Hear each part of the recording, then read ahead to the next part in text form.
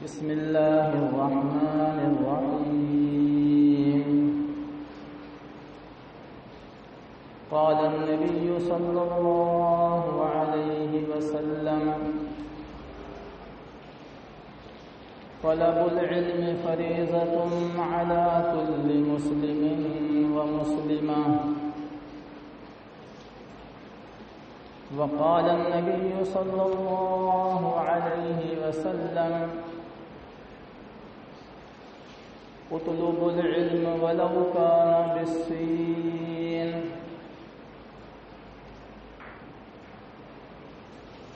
محترم حضرات، حضور پاک صلی اللہ علیہ وسلم نے ارشاد فرمایا کہ علم کا طلب کرنا ہر مسلمان مرد عورت پر فرض ہے. اور ایک دوسری حدیث میں اللہ کے نبی صلی اللہ علیہ وسلم نے ارشاد فرمایا کہ علم حاصل کرو اگرچہ تمہیں چین جانا پڑے. اور ایک تیسری حدیث میں حضور پاک صلی اللہ علیہ وسلم نے ارشاد فرمایا: اطلبوا العلم من المہد الی اللحد، کہ علم حاصل کرو مہد سے لحد تک. ان تینوں حدیثوں میں اللہ کے نبی صلی اللہ علیہ وسلم نے علم حاصل کرنے کا جذبہ اور شوق پیدا فرمایا. لیکن اگر ہم غور کریں، فکر کریں، تو غور اور فکر کرنے پر یہ بات ہمیں سمجھ میں آتی ہے کہ اللہ کے نبی صلی اللہ علیہ وسلم نے لفظ علم فرمایا. یہ نہیں فرمایا کہ تم دینی علم حاصل کرو یا دنیاوی علم حاصل کرو، بلکہ مطلق لفظ اللہ کے نبی صلی اللہ علیہ وسلم نے بیان فرمایا کہ علم حاصل کرو. اس سے بات یہ سمجھ میں آتی ہے کہ چاہے دینی علم ہو چاہے دنیاوی علم ہو، دونوں حاصل کرو. لیکن ہم مسلمان ہیں، مسلمان ہونے کے ناطے ہمارا مذہب اسلام ہے. مذہب اسلام کی تعلیم بھی ضروری ہے اور عصری تعلیم بھی ضروری ہے. قرآن شریف میں اللہ نے جو پہلی آیت نازل فرمائی، اور وہ آیت یہ ہے: اقرأ باسم ربک الذی خلق خلق الانسان من علق اقرأ وربک الاکرم الذی علم بالقلم علم الانسان ما لم يعلم. ان 5 آیتوں کے اوپر اگر ہم غور فرمائیں تو اللہ تبارک و تعالی نے یہ 5 آیتیں سب سے پہلے نازل فرمائی.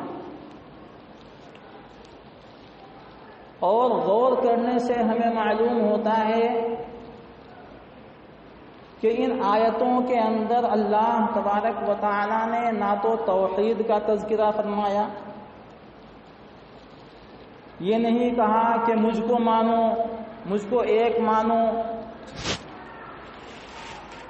اور نہ ہی نماز کا حکم دیا، نہ ہی رمضان شریف کے روزوں کا حکم دیا. رمضان شریف قریب ہے، اس کے روزہ رکھنا فرض ہے. اور نہ ہی زکوٰۃ کے تعلق سے یا رشتہ داروں کے ساتھ حسن سلوک کے تعلق سے یا میراث اور وراثت اور ترکے کے تعلق سے یا پڑوسیوں کے حقوق کے متعلق کوئی بات بیان فرمائی ہو، یہ کچھ نہیں فرمایا۔ تو معلوم یہ ہوا کہ مذہب اسلام کی سب سے پہلی تعلیم علم حاصل کرنا ہے۔ اللہ تبارک و تعالیٰ کو یہ معلوم تھا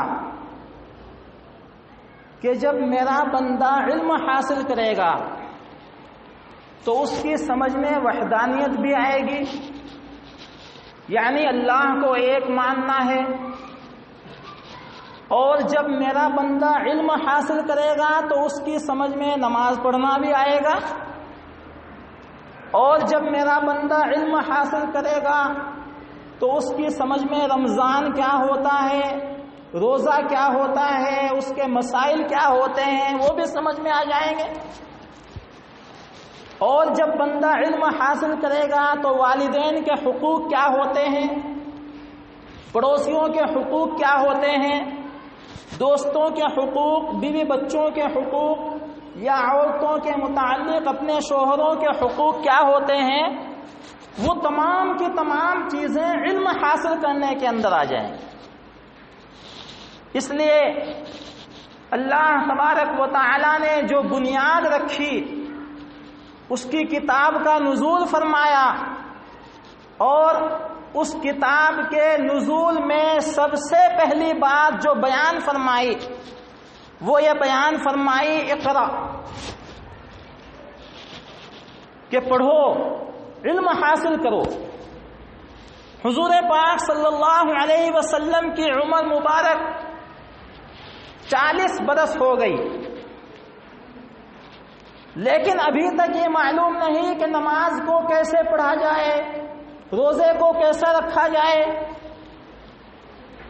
بس اللہ تبارک و تعالیٰ کی عبادت فرماتے تھے۔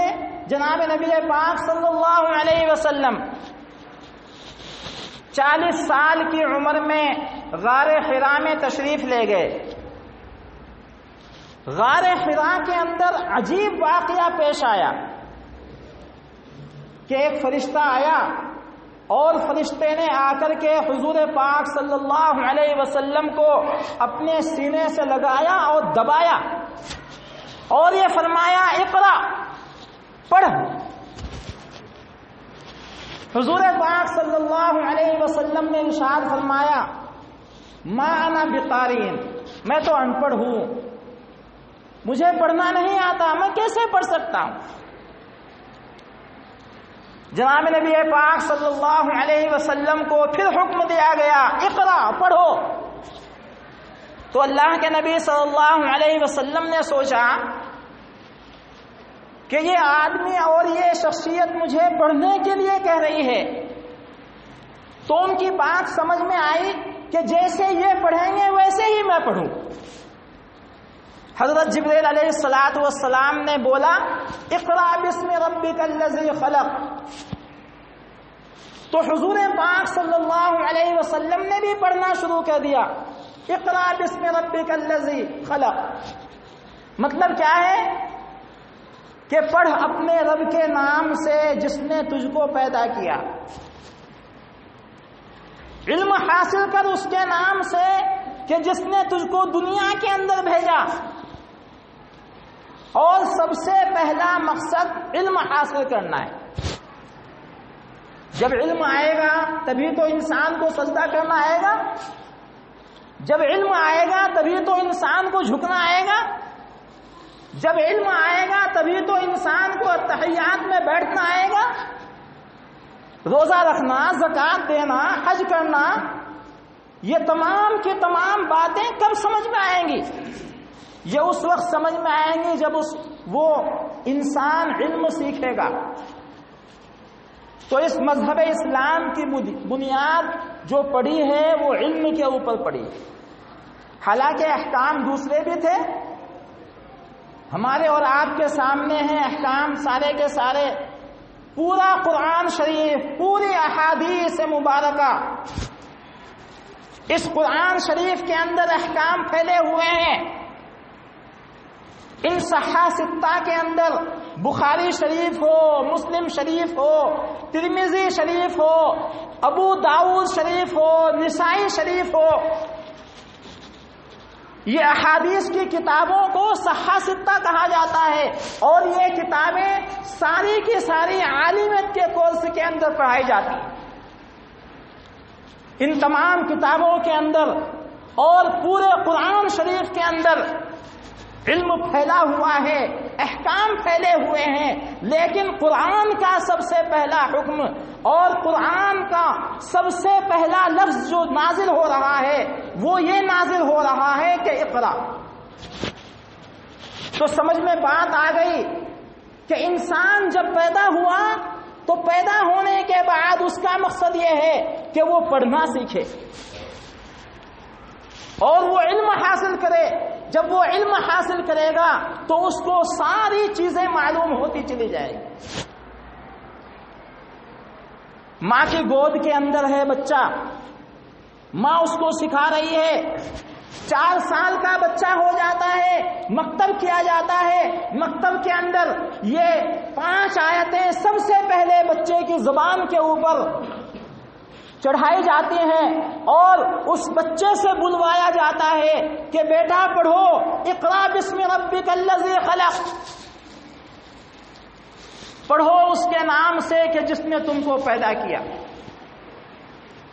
اقرا وربک الاکرم، پڑھ اس رب کے نام سے جو بڑا کریم ہے،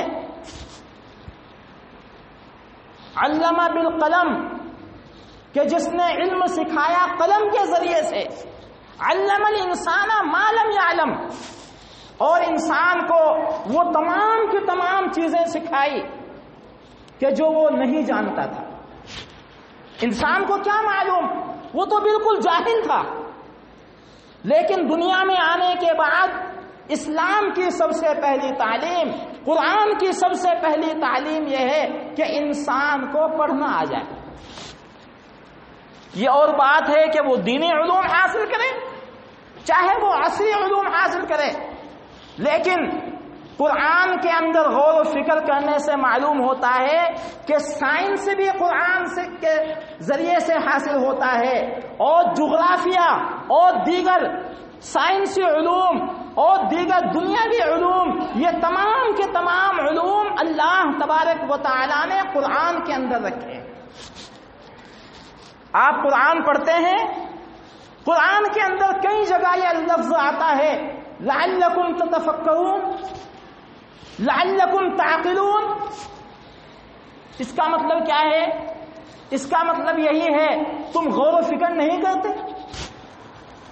ہم نے یہ آسمان بنایا، اس آسمان کے بنانے میں تم غور و فکر نہیں کرتے۔ ہم نے زمین بنائی، زمین کے بنانے میں تم غور و فکر نہیں کرتے۔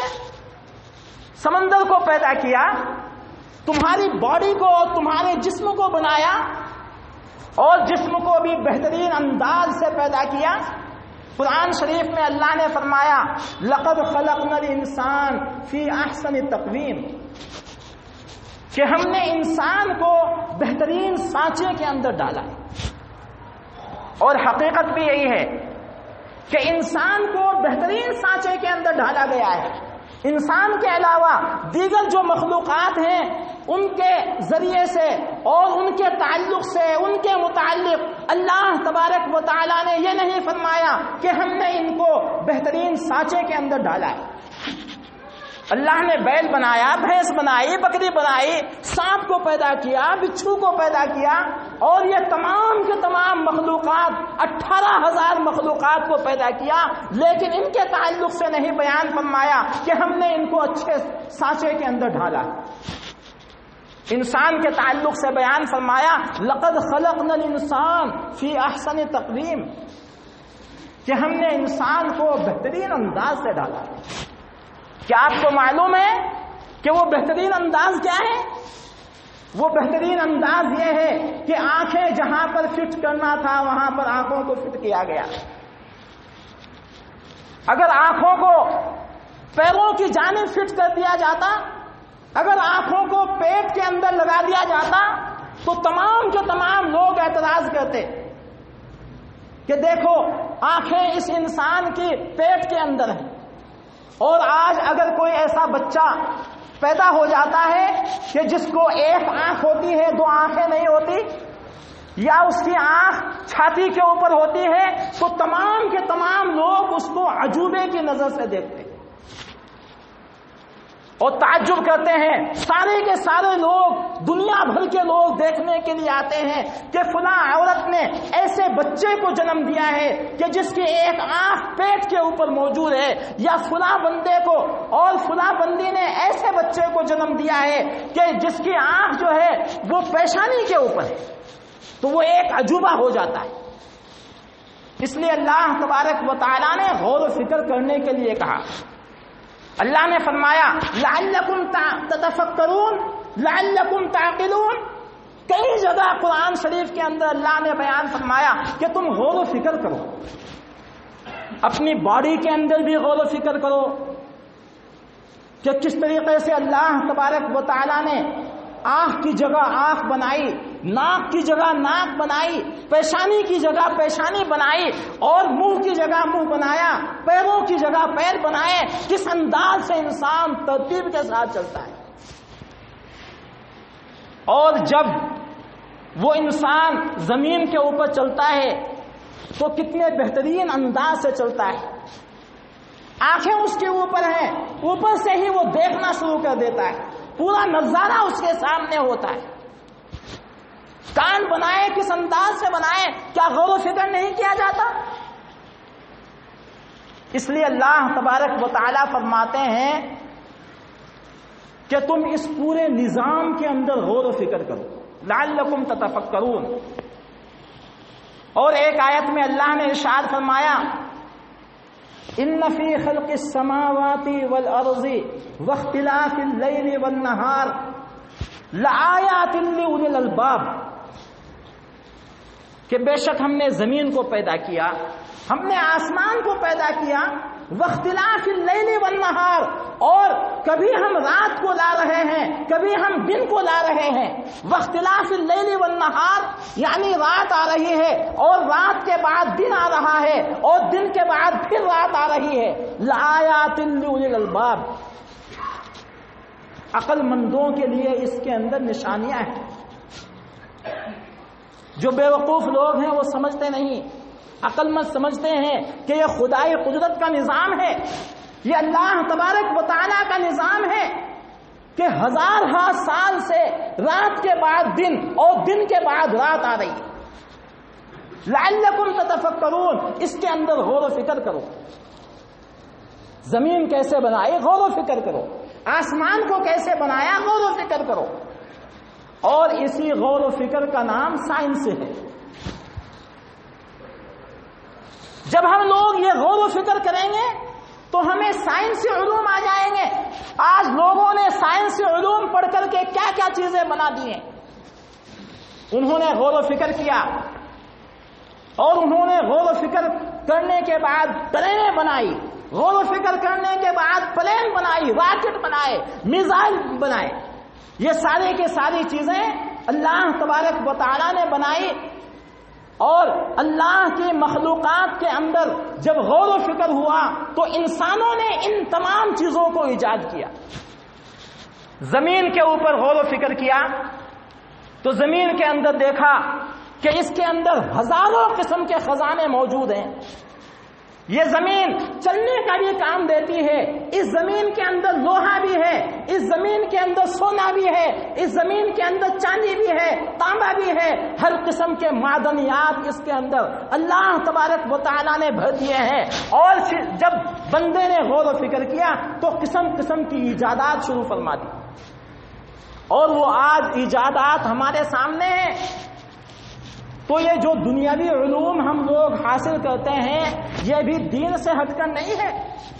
انسان یہ نہ سوچے کہ میں دنیاوی علوم حاصل کر رہا ہوں اور میں دین سے ہٹ کر کے کام کر رہا ہوں، نہیں، ہرگز نہیں، بلکہ جو انسان دنیاوی علوم حاصل کرتا ہے، جو انسان انجینئر بنتا ہے، جو انسان ڈاکٹر بنتا ہے، جو انسان فلسفی بنتا ہے یا سائنسدان بنتا ہے یا ادیب بنتا ہے یا اسی طریقے سے بہت بڑا اسکالرشپ بنتا ہے، تو یہ تمام کی تمام چیزیں اور ان چیزوں کے اوپر غور و فکر کرنے کے بعد بنائیں۔ یہ چیزیں دین سے الگ نہیں ہیں۔ ایک مولانا ایک خطاب میں فرما رہے تھے کہ لوگ یہ سوچتے ہیں کہ ڈاکٹر خدا کا محبوب بندہ نہیں ہے، لوگ یہ سوچتے ہیں کہ انجینئر خدا کا محبوب بندہ نہیں ہے۔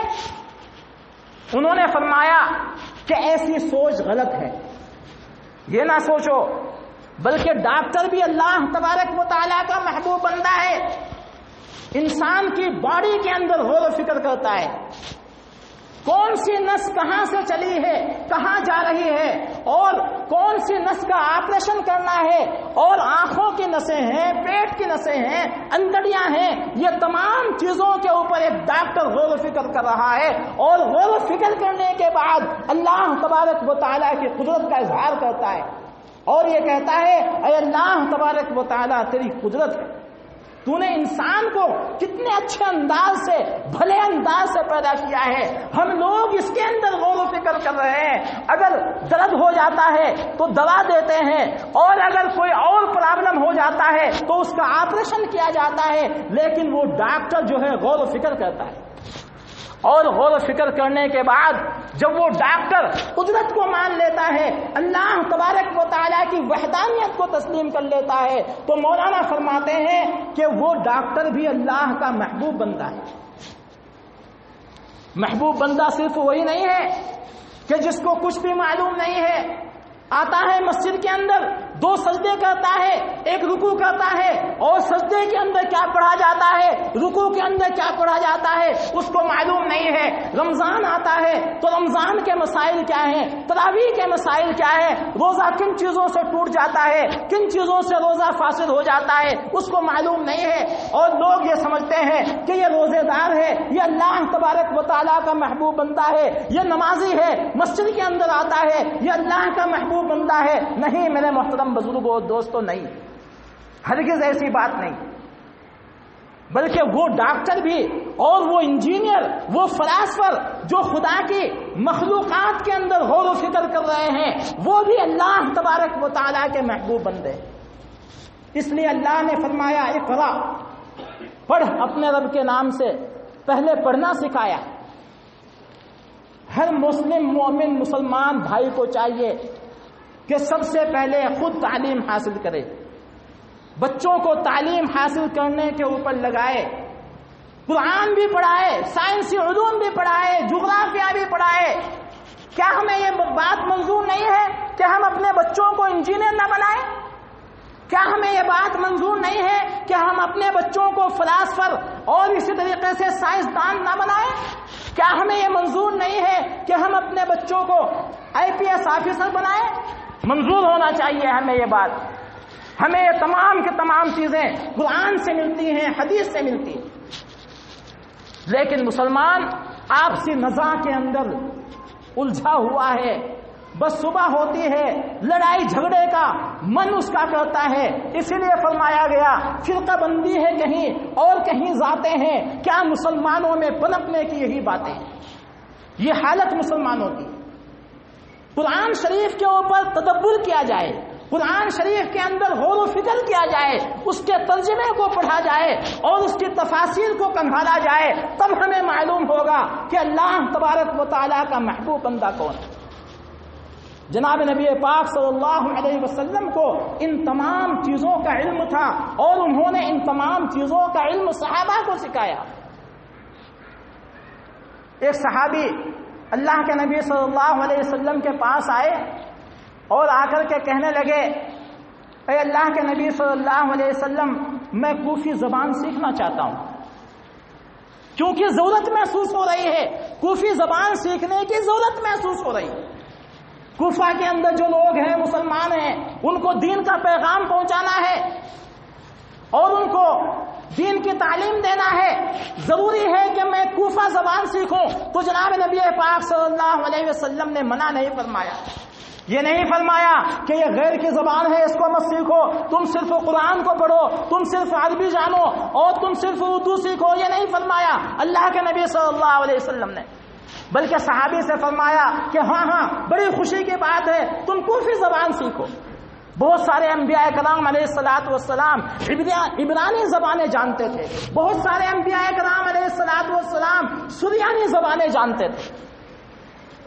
تو کوئی سی بھی زبان اللہ تبارک و تعالیٰ کی بیکار نہیں ہے، اور یہ زبانیں جو آج دنیا بھر کے اندر لاکھوں کی تعداد میں پھیلی ہوئی ہیں، یہ ساری کی ساری زبانیں اللہ کی زبانیں، اور یہ چیز بھی قرآن کے اندر موجود ہے۔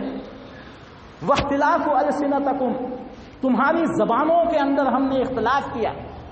اختلاف کا مطلب یہ ہے کہ کوئی اردو بول رہا ہے اور کوئی ہندی بول رہا ہے، کوئی عربی بول رہا ہے، کوئی کوفی بول رہا ہے۔ واختلاف السنتکم، ہم نے تمہاری زبانوں کے اندر جو اختلاف کیا ہے، یعنی مختلف زبانیں دنیا کے اندر ہم نے رائج کی ہیں، یہ ہماری ہی پیداوار ہے، یہ دنیا والوں کی پیداوار نہیں ہے۔ دنیا والوں نے تو اس کو صرف سنوارا ہے، لیکن زبانیں ساری اللہ تبارک و تعالیٰ نے ایجاد کی۔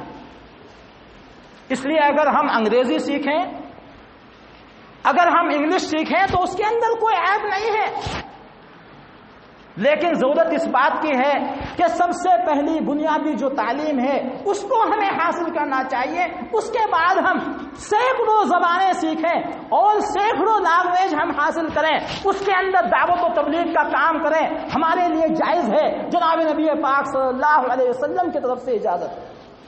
اللہ تبارک و تعالی کہنے سننے سے زیادہ عمل کی توفیق عطا فرمائے۔ آمین۔ واخر دعوانا ان الحمد للہ رب العالمین۔